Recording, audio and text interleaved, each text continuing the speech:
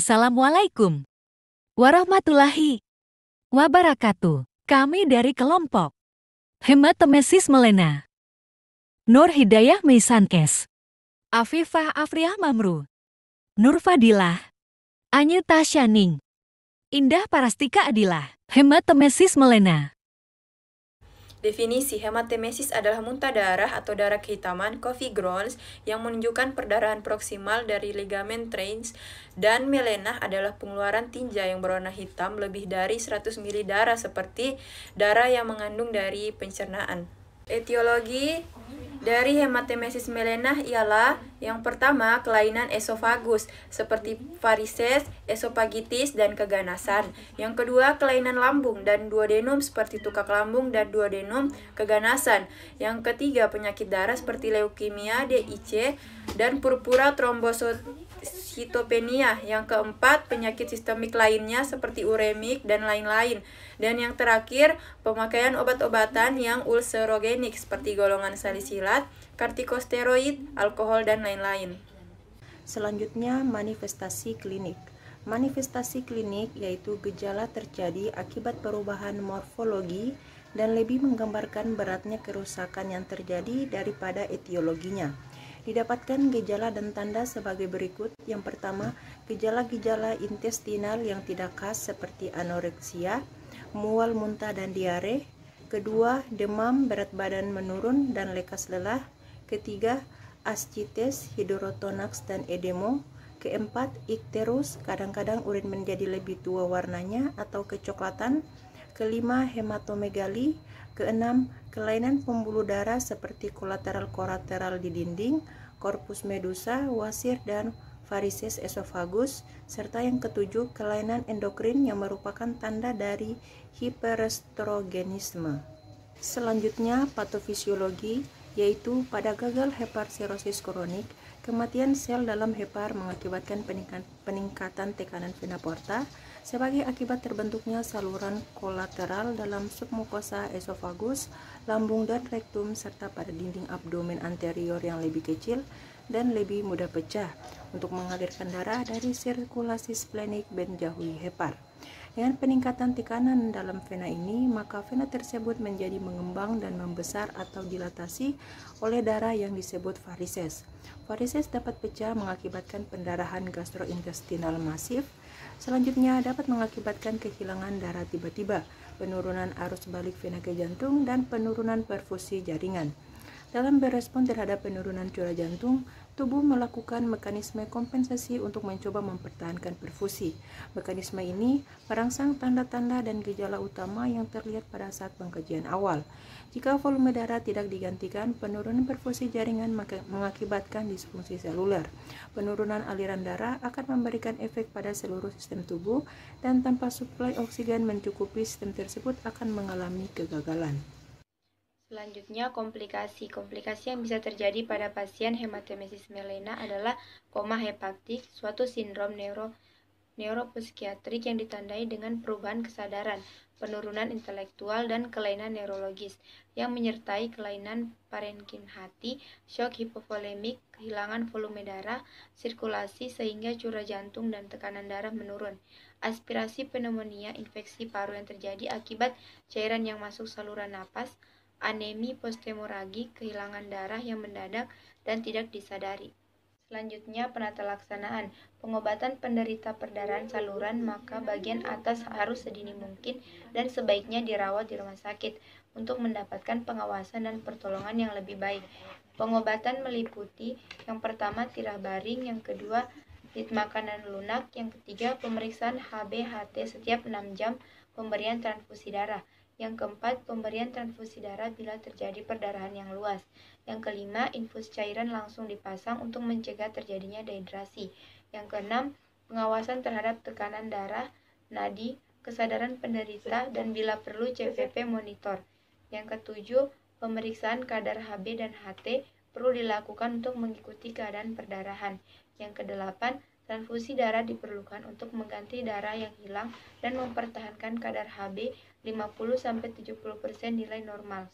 Yang kesembilan, pemberian obat-obatan hemostatik seperti vitamin K 4 kali 10 mg per hari karbosokrom adona-ase, antasida, dan golongan H2 reseptor antagonis, berguna untuk menanggulangi perdarahan. Yang ke-10, dilakukan klimas dengan air biasa disertai pemberian antibiotika yang tidak diserap oleh usus sebagai tindakan sterilisasi usus. Pemeriksaan penunjang dari hematemesis melenah ialah pertama pemeriksaan radiologi, yang kedua pemeriksaan laboratorium, yang ketiga pemeriksaan ultrasonografi dan scanning hati, yang keempat pemeriksaan endoskoping. Selanjutnya pencegahan. Hematemesis melenah dapat dicegah dengan menghindari berbagai penyebab perdarahan saluran cerna, yaitu yang pertama, menghindari konsumsi obat NSAID non-steroidal anti-inflammatory drugs tanpa resep dari dokter, terutama dalam jangka panjang seperti ibuprofen dan asam mefenamat. Selain itu, menghindari obat golongan kortikosteroid, butazolidin, reserpin, spironolakton, dan lain-lain. Yang kedua, menghindari konsumsi minuman beralkohol dan berkafein secara berlebihan. Yang ketiga, menerapkan jadwal makan yang teratur. Yang keempat, tidak melakukan nafsa. Selanjutnya, konsep keperawatan, pengkajian. 1. Identitas pasien meliputi nama pasien, tempat tanggal lahir, usia, jenis kelamin, suku bangsa, pekerjaan, pendidikan, alamat, tanggal masuk rumah sakit, dan diagnosa medis. Kedua, keluhan utama. Biasanya keluhan utama klien adalah muntah darah atau berak darah yang datang secara tiba-tiba. Ketiga, riwayat kesehatan. Riwayat kesehatan ada riwayat kesehatan sekarang. Keluhan utama klien adalah muntah darah atau berak darah yang datang secara tiba-tiba. Riwayat kesehatan dahulu, biasanya pasien mempunyai riwayat penyakit hepatitis kronik, sirosis, hepatitis hematoma, ulkus peptikum, kanker saluran pencernaan bagian atas, riwayat penyakit darah misalnya DM, riwayat penggunaan obat ulcerogenik, kebiasaan atau gaya hidup seperti alkoholisme, gaya hidup, dan kebiasaan makan. Keempat, riwayat kesehatan keluarga. Biasanya apabila salah satu anggota keluarganya mempunyai kebiasaan makan yang dapat memicu terjadinya hematemesis melena, maka dapat mempengaruhi anggota keluarga yang lain. Kelima, pola fungsi kesehatan. Ada pola persepsi dan tata laksana hidup sehat. Banyak klien mempunyai kebiasaan alkoholisme, penggunaan obat-obatan ulcerogen, ada juga pola nutrisi dan metabolisme. Terjadi perubahan karena adanya keluhan pasien berupa mual, muntah, kembung, dan nafsu makan menurun, dan intake nutrisi harus dalam bentuk makanan yang lunak, yang mudah dicerna. Ada pola aktivitas dan latihan, gangguan aktivitas atau kebutuhan istirahat, kekurangan protein yang dapat menyebabkan keluhan subjektif pada pasien berupa kelemahan otot dan kelelahan, sehingga aktivitas sehari-hari termasuk pekerjaan harus dibatasi atau harus berhenti bekerja. Pola eliminasi, di mana pola eliminasi ini mengalami gangguan baik buang air kecil maupun buang air besar. Titik pada buang air besar terjadi konstipasi atau diare, titik perubahan warna feses menjadi hitam seperti petis, konsistensi pekat, titik sedangkan pada buang air kecil warna gelap dan konsistensi pekat. Dan ada juga pola tidur dan istirahat. Terjadi perubahan tentang gambaran dirinya seperti badan kurus, perut membesar karena esites, dan kulit mengering, bersisik agar kehitaman. Pola hubungan peran dengan adanya perawatan yang lama, maka akan terjadi hambatan dalam menjalankan perannya seperti semula. Pola penanggulangan atau stres, biasanya dengan coping stres yang baik maka dapat mengatasi masalahnya. Namun sebaiknya bagi keluhan yang tidak bagus komplingnya maka dapat destruktif lingkungan sekitarnya. Ada pola tata nilai dan kepercayaan. Pola ini tidak terjadi pada klien. 6. Pemeriksaan fisik. A. Keadaan umum. Keadaan umum klien hematogenesis melena akan terjadi ketidakseimbangan nutrisi akibat anoreksia, intoleran terhadap makanan atau tidak dapat mencerna, mual, muntah, kembung. B. Sistem respirasi akan terjadi sesak apnea, pernapasan dangkal, bunyi nafas tambahan, hipoksia, dan ascites. C. Sistem kardiovaskuler, riwayat perikarditis, penyakit jantung, rematik, kanker, atau valv fungsi hati menimbulkan gagal hati, listriknya bunyi jantung. Sistem gastrointestinal, tekanan abdomen atau nyeri kuadran kanan atas, pruritus, neuritus perifer. Ada sistem persyarafan, penurunan kesadaran, perubahan mental, bingung, halusinasi, koma, bicara lambat, tak jelas. Sistem geniturianaria atau eliminasi, terjadi flatus, distensi abdomen atau hematomegali, splenomegali, ascites, penurunan atau tak adanya bising usus, feses, warna tanah liat, melena, urin gelap pekat, diare atau konstipasi. Selanjutnya, adapun diagnosa keperawatan terdiri atas yang pertama, ketidakefektifan pola napas berhubungan dengan penurunan ekspansi paru.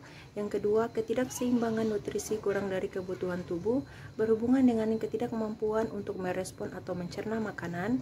Ketiga, intoleransi aktivitas berhubungan dengan kelemahan. Keempat, resiko shock atau hipovolemik berhubungan dengan pendarahan di lambung. Kelima, ansietas berhubungan dengan kurang pengetahuan tentang perawatan penyakitnya. Dan keenam, defisiensi pengetahuan.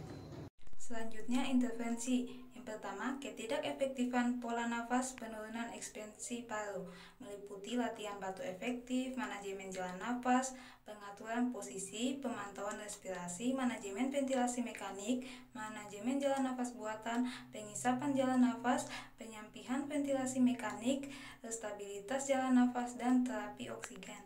Yang kedua, ketidakseimbangan nutrisi kurang dari kebutuhan tubuh, ketidakmampuan untuk memproses atau mencerna makanan, meliputi manajemen nutrisi, dukungan kepatuhan, program pengobatan, edukasi diet, konseling nutrisi, konsultasi, pemantauan nutrisi, manajemen energi, manajemen gangguan makan, pemberian makanan, dan terapi menelan. Yang ketiga, intoleransi aktivitas kelemahan, meliputi manajemen energi, terapi aktivitas, dukungan ambulasi, dukungan kepatuhan, program pengobatan, dukungan meditasi, dukungan pemeliharaan rumah, dukungan perawatan diri, manajemen lingkungan, dan pemantauan tanda vital, serta terapi oksigen. Keempat, resiko shock hipovolemik, pendarahan di lambung, meliputi manajemen shock, pemantauan cairan, edukasi dehidrasi, edukasi terapi cairan, identifikasi resiko, manajemen cairan, manajemen hipovolemia, manajemen pendarahan, pemantauan tanda vital, dan terapi oksigen.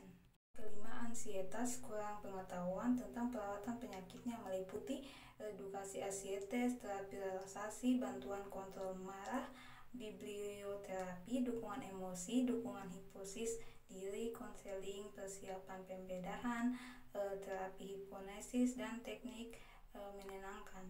Yang keenam, defisiensi pengetahuan, meliputi edukasi kesehatan, bimbingan sistem kesehatan, edukasi aktivitas istirahat, edukasi alat bantu dengar, edukasi latihan fisik, edukasi manajemen demam, edukasi manajemen nyeri, konseling, konsultasi, dan promosi literasi kesehatan.